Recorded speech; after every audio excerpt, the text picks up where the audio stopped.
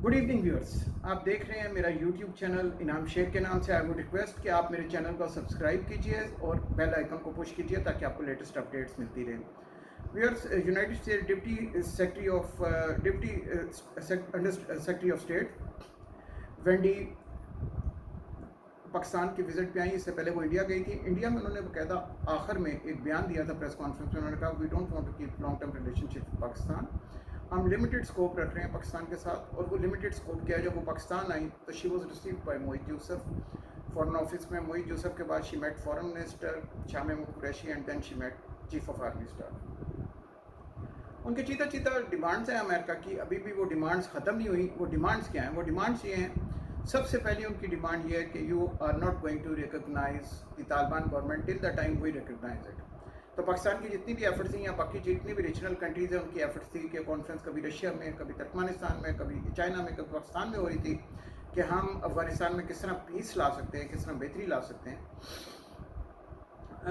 उसमें अगर वो रीजनल कंट्रीज चाहें भी कि वो किसी तरीके से इसको रिकगनाइज़ कर लें तालिबान की गवर्नमेंट को, तो उस पे यूनाइटेड स्टेट्स को बड़ी कंसर्न है। दे वांट कि अभी तालिबान गवर्नमेंट के ऊपर रिस्ट्रिक्शंस रहें अनटिल एंड अनलेस कि ह्यूमन राइट्स की वायलेशन उधर ख़त्म हो जाए। और एक ब्रॉड बेस्ड गवर्नमेंट बनाना चाह रहे हैं जिसके अंदर वो चाह रहे हैं कि वो बाकी लोगों को भी पावर शेयरिंग में लाया जाए, उन लोगों को जिनके खिलाफ तालिबान 20 ईयर्स लड़ते रहे। एंड दे वांट के तालिबान अपनी जो कंट्री की ज़मीन है उसको किसी के ख़िलाफ़ ना इस्तेमाल होने दें, यानी कि उनके हाथ से कोई भी टेररिज्म एक्टिविटी ना हो किसी तरीके की भी। हमने देखा अभी अफ़गानिस्तान में कुछ बम धमाके हुए, ब्लास्ट हुए, कुछ मॉस्क में ब्लास्ट हुआ, एक जो कुरान खानी थी उस पर ब्लास्ट हुआ।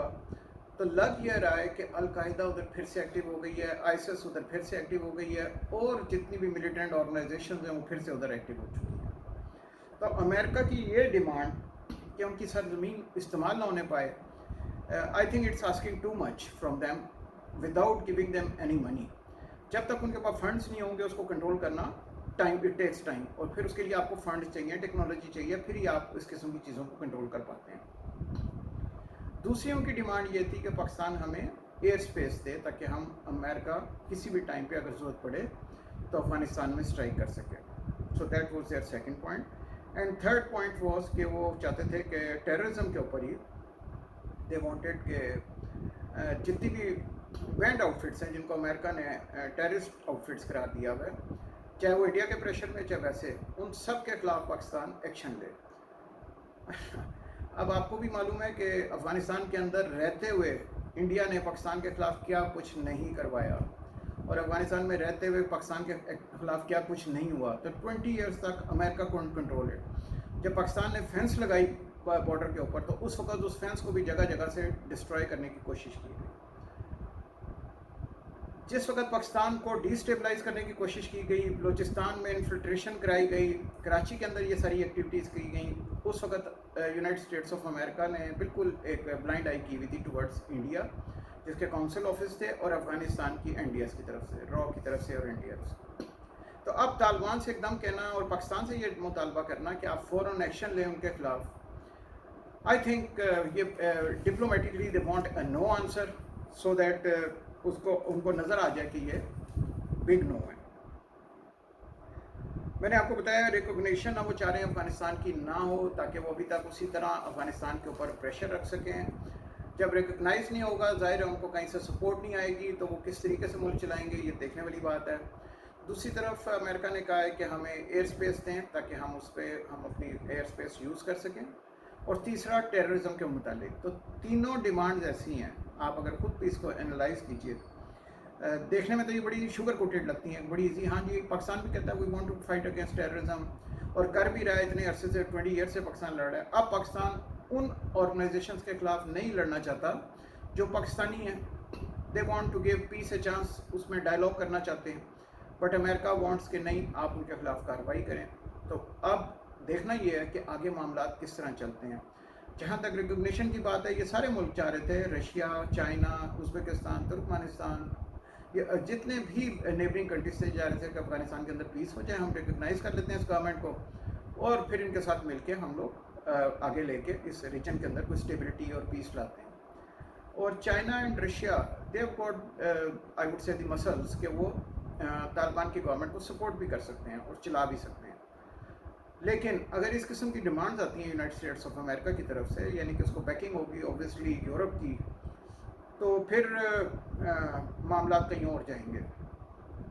दूसरी तरफ हमने देखा है कि साउथ सी में आपने देखा है कल जो इनकी सबमरीन थी, न्यूक्लियर सबमरीन, उसको किसी ने हिट किया। उनको अभी तक उन्होंने डिस्क्लोज नहीं किया कि इसने हिट किया, बट दे सेड कि हमारा जो उसके अंदर क्रू था उसको भी मामूली सी चोटें आई हैं, दे हैव बीन हर्ट, लेकिन लाइफ थ्रेटनिंग कोई भी ऐसी नहीं है।